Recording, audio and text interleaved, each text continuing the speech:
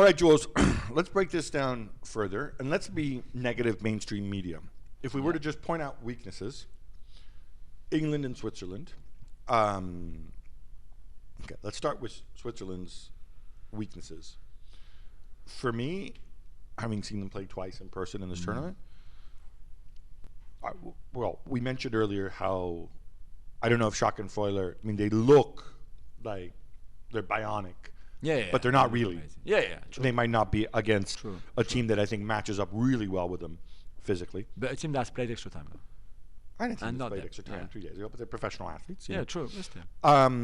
The strikers, Briel and Bolo can mix it up a little bit. He's the kind of striker where like the ball bounces off him and stuff. Even when I see him in person, I thought, dude, didn't you used to be quick?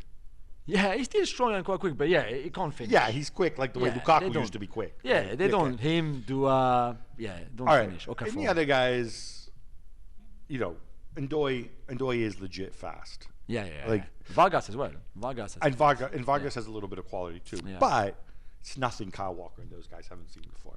No, but then Slovakia had nothing, no more firepower than Switzerland, and it literally destroyed them for most of that, especially in the first half. Well, no, but so your Kyle Walker can deal with that. Well, he could not deal with the Slovakian attackers. So yeah, but that was Stefan Schranz, wasn't it? Yeah, Schranz was even on the other side. Top scorer in the tournament. 3 goals, indeed. Yeah. And then I would throw in defensively. I know everybody's praised Akanji, and Akanji's the big name at the back. Yeah. Here's the deal. I don't think Cher's having a great tournament. And I'm also, and the problem with Ricardo Rodriguez is that, you know, I love it because in teams like Switzerland, you see these players who, Rodriguez is older. Yeah.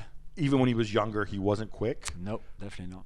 He has a wand of a foot. Yep. And he's big and strong. Yep. But obviously people running at him. True.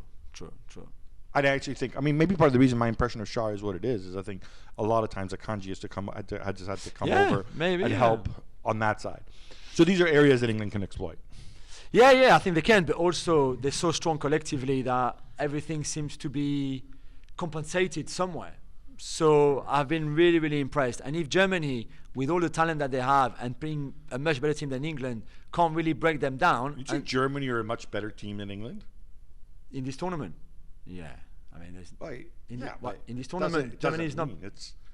No, but Germany is a much better team in this tournament than England have been, and they struggle to break down this Swiss team. And the game had a different vibe to it because Germany were the favorite and they were home, etc. So this would be different. But I just think it's hard to play against this Swiss team. I really do, and unless you have a clear plan, which I'm not sure Southgate can come up with. England weaknesses. We did Swiss weaknesses. Yeah. England weaknesses. Other than the generic, they're not playing well. Yeah. Okay, obviously. And the generic, like Gareth Southgate's on the bench and he's too conservative. Yeah. In terms of individual situations, what are you taking? We're taking for granted that Ezri Konsa is going to play. Yeah, I think so. I think so. Whether it's a back four, back three, which is kind of being thrown at the deep end. He hasn't really played at this high level too often. Not really. Or he's played at right back, or or he came on late against Slovakia in that kind of back three. Right. Weird because you had obviously all those attacking players on the pitch at the time. Is Trippier a weakness? I think he is. Yeah, he hasn't been great defensively or offensively.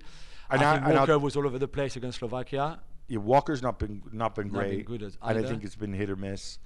I also don't know because to some degree Southgate does that weird thing. Not weird because Pep does it too, right? Where he gets his back four to kind of sit and not participate in the attack as much. And maybe the idea is thinking like, all right, so that way we won't be caught high up against the pitch against, Ndoye and Vargas and whatever. But I don't know if Walker's super comfortable with that, even though it happens because at City, because they have different players and they have long stretches of possession and they're much more incisive going forward than England has been.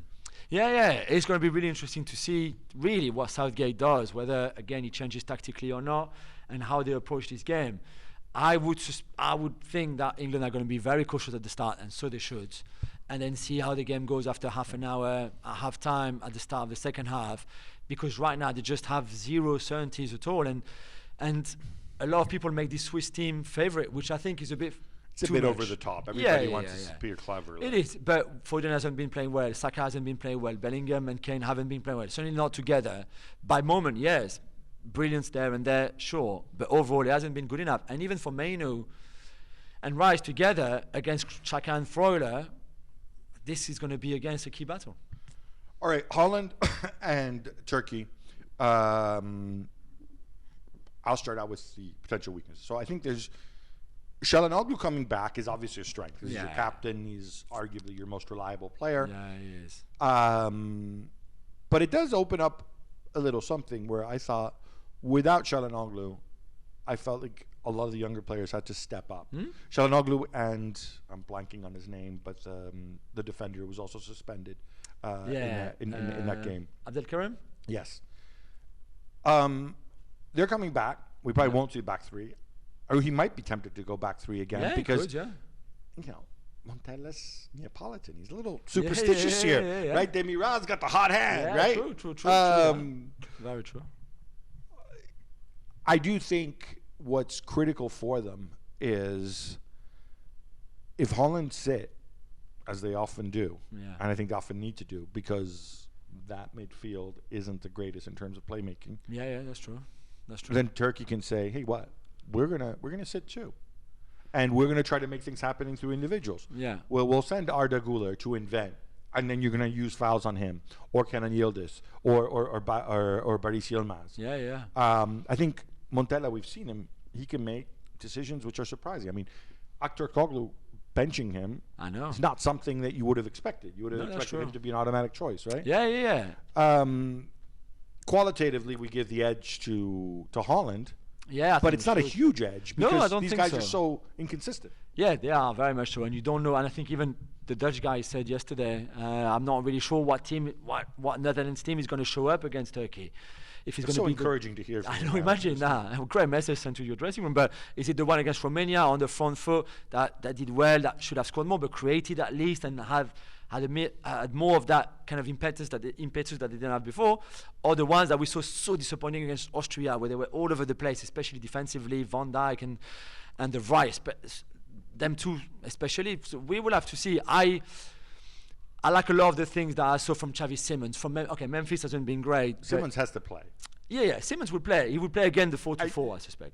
Yeah, it's got to be that. No more of the stupid 4-3-3. No, I don't think so. Austria. And again, against a team like Turkey that are going to sit a bit deeper, I think he has to. Whether it's Reinders and Schouten or Veerman comes in for one of them too, I think you have to go for it.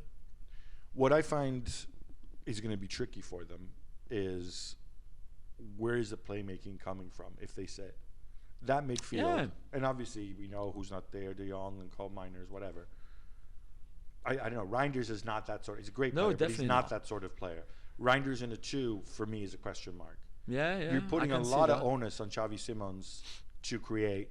You know, Gakpo's not going to go in those kinds of runs. No. But then maybe Memphis can drop and a little bit more, and Memphis and Xavi can cause problem to the Turkey defense by having that kind of freedom, and then whoever plays on the right, Bergwijn or you would think that Malen after the 2 goals, even if they're late, in his 45 minutes of that second half, did better than Bergwijn in his own 45 minutes from the first half. I wonder, how do coaches judge this? Because then I look at what Malen did against Austria, where he gifted a goal to the opposition and he missed a sitter. Because this is the other thing. We talk about tactics and systems, and this coach is good, this coach is bad. Holland still have a lot of really good players. Yeah. Even in that Austria game, I was there. Austria fully deserved it. But Holland gifted them a goal. Holland missed. Depay missed a sitter. Yeah. Malen missed an enormous sitter. Yeah. You know, you go to the net, kind of positive, the net chances, whatever, for sure. in that. And Holland, despite not playing well, win that game because they have better players. Yeah. And they certainly, I don't think if you were to do combined 11 Holland and Romania, I don't know if any Romanian players get in. Not. And if you were to do it with Turkey, it's not going to be many. No, you're right. That's true. That's why I think they are slightly favourite. But they will have the stadium against them to start with, because the Olympic Stadium in Berlin is going to be red far more than orange. And that also might play a big role.